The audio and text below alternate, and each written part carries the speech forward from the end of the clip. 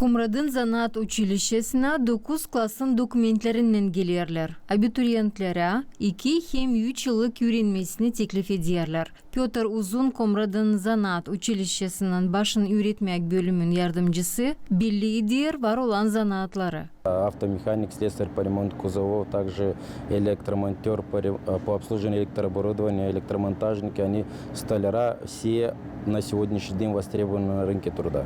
Zanaat Училищесinin başın öğretmek bölümün yardımcısı Piotr Uzun söyler hani öğrenmeye alarkana öğrenicilere kimi kategoriyalardan 15% lgotalar verirler. Lgotalar verilir, uşaklar angsına üyüsüz kalmışlar, anasız babasız,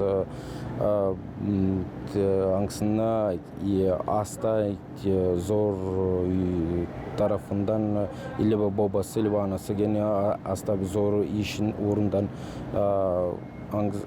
babası ile anası angsı kurmeti Çernobil avaryasında aileler angsında var 4 hem ta çok uşak ta yetişmediler 18 yaşından hem uşaklar angsına çıktılar Rom tarafından. Zanaat Училищесі автооkulun anlaşmaklı çalışmasını götürüyor. Studentler angıları şoföre öğrenirler, Zanaat Училищесінде öğrenirken indirimleri kabul ederler. Studentler bizim училищеде, onlara verilir 1.500-1.700 lei скидка, как бы öğrenmek tarafından bütün parasına göre ne kadar tutar öğrenme.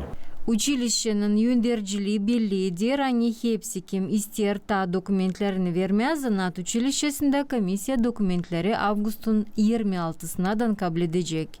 Svetlana Dimitroglu, Vlad Tabachuk, Alexey Gerchuk, GRT Haberler.